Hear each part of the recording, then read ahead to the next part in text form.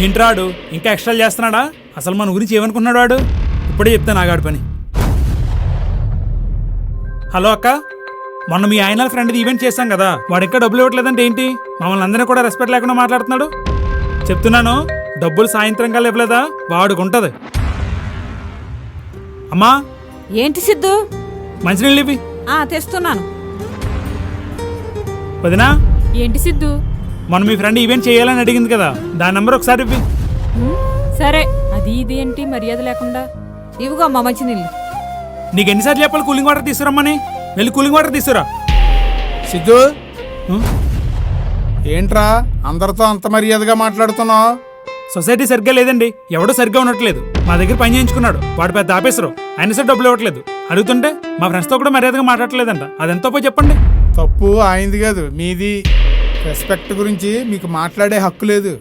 నాన్నగారు, ఈ రెస్పెక్టే అక్కడ ఇచ్చుంటే నీ పనులన్నీ సవ్యంగా జరిగేవి. అయినా మీ ఫ్రెండ్స్ది నీది మాట తీరు అస్సలు బాగోలేదు. ఇంట్లో వాళ్ళతో కూడా ఎలా మాట్లాడుతున్నావో నీకు అర్థమవుతుందా? నీకో విషయం చెప్పాలి.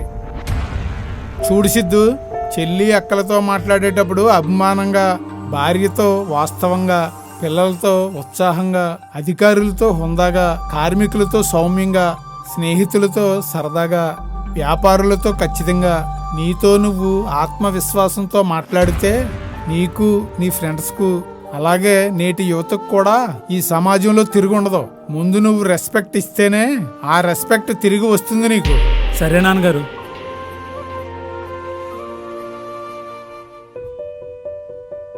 హలో సార్, మొన్న ఈవెంట్ చేసిన డబ్బులు ఇంకా వేయలేదు సార్ మీరు. Okay sir. ఏమంటున్నారు? ఇప్పుడే ఫోన్పే చేస్తా అన్నారండి. వచ్చేసేయండి. కొడుకు క్రమశిక్షణ తప్పితే తండ్రినే అంటారా, అందుకే ఇవన్నీ చెప్పడం నీకు. థ్యాంక్ యూ నాన్నగారు.